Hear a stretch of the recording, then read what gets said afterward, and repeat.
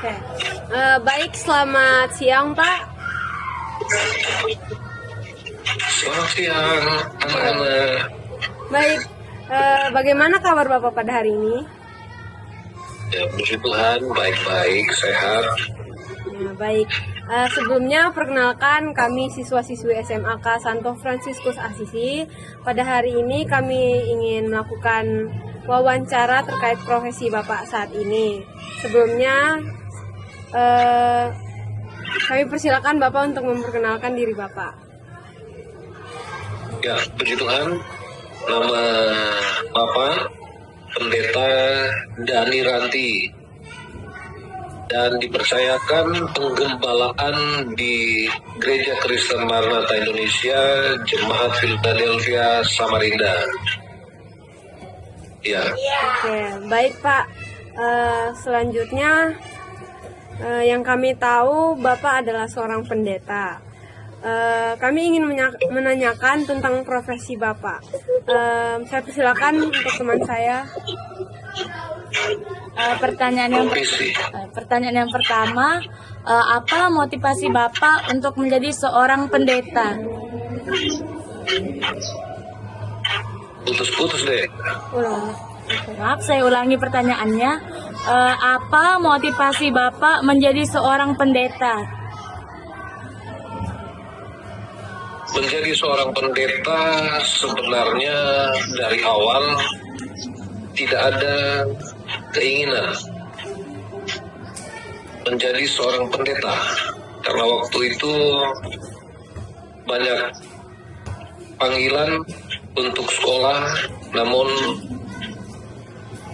saya selalu tolak. Tetapi itulah panggilan Tuhan, ya, semua karena panggilan Tuhan. Sama dengan kita, Tuhan yang pilih kita, bukan kita yang pilih Tuhan, tetapi Tuhan yang pilih. Dan akhirnya boleh masuk dalam rencana Tuhan, masuk secara organisasi menjadi pendeta. Ya. Oke, terima kasih Pak atas jawabannya. Kami ingin menanyakan lagi pertanyaan kedua dari teman saya. Saya silakan. Baik Pak, saya memiliki pertanyaan. Bagaimana Bapak menjalani kehidupan rohani dan relasi pribadi dengan Tuhan di tengah kesibukan pelayanan dan kehidupan pribadi? Ya, puji Tuhan. Untuk secara pribadi, namun ini yang Tuhan inginkan, bahwa apalagi ya sebagai pendeta untuk dapat menjadi teladan, menjadi saksi, menyampaikan kebenaran yang murni, ya, sebagai hamba Tuhan, sebagai pendeta, yang terutama itu memang hubungan dengan Tuhan. Kalau kita tidak ada hubungan dengan Tuhan, keintiman dengan Tuhan, itu mustahil untuk dapat menjadi teladan, apalagi sebagai pendeta ya, apalagi sebagai gembala yang dipercayakan. Kalau kita tidak ada hubungan intim dengan Tuhan, yang masalahnya mungkin kita sampaikan firman Tuhan, tetapi biasa juga itu bisa keluar dari kebenaran. Jadi lewat sebagai hamba Tuhan, sebagai gembala, fokus yang terutama dengan Tuhan, hubungan dengan Tuhan. Sekalipun ya benar yang dikatakan sebagai hamba Tuhan, sebagai gembala, ada hal yang harus juga sebagai kepala rumah tangga, ya. Tetapi yang terutama itu hubungan dengan Tuhan harus yang diutamakan. Ya, mungkin itu sebagian yang saya bisa sampaikan. Baik, terima kasih atas jawabannya Pak. Selanjutnya kami ingin menanyakan pertanyaan lagi. Saya persilakan teman saya.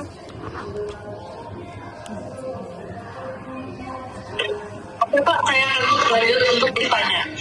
Apa tantangan terbesar Bapak yang sering dihadapi dalam pelayanan? Iya, kembali tantangan terbesar sebenarnya itu dari pribadi sendiri. Kedagingan ini yang selalu, kalau untuk melayani ke siapapun itu suatu kewajiban.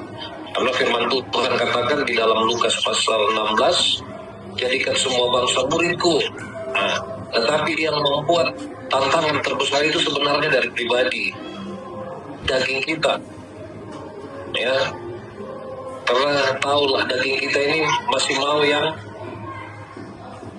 hal-hal yang mungkin ya kita mau melayani Tuhan, kita mau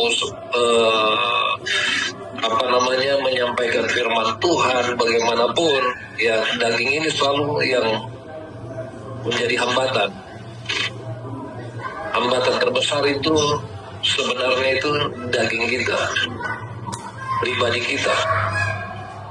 Sama seperti Musa ditunjuk sebagai pemimpin Israel, dia juga sampaikan apa yang dia sampaikan, bahwa Tuhan, saya tidak tahu berkata-kata, saya tidak tahu ini dan ini, ya, tetapi itulah cara Tuhan. Tetapi itulah yang pertama, itu tantangan terbesar dalam secara pribadi, itu pribadi daging kita ini. Kita mau melakukan segala sesuatu untuk Tuhan, ada lagi yang daging ini mau yang lain, ya. Sama seperti cerita Yunus dipercayakan untuk menyampaikan firman Tuhan di Nineve, kota Nineve, ya. Tetapi itu kembali, dia tidak mau melangkah, dia melakukan keluar dari perintah Tuhan. Akhirnya dia harus ada pasti tahu, dia naik di kapal dan dia harus dimakan oleh ikan besar, ya. Itulah yang terjadi. Tantangan yang terbesar itu pribadi daging kita, dan ini yang saya alami, ya itu. Oke.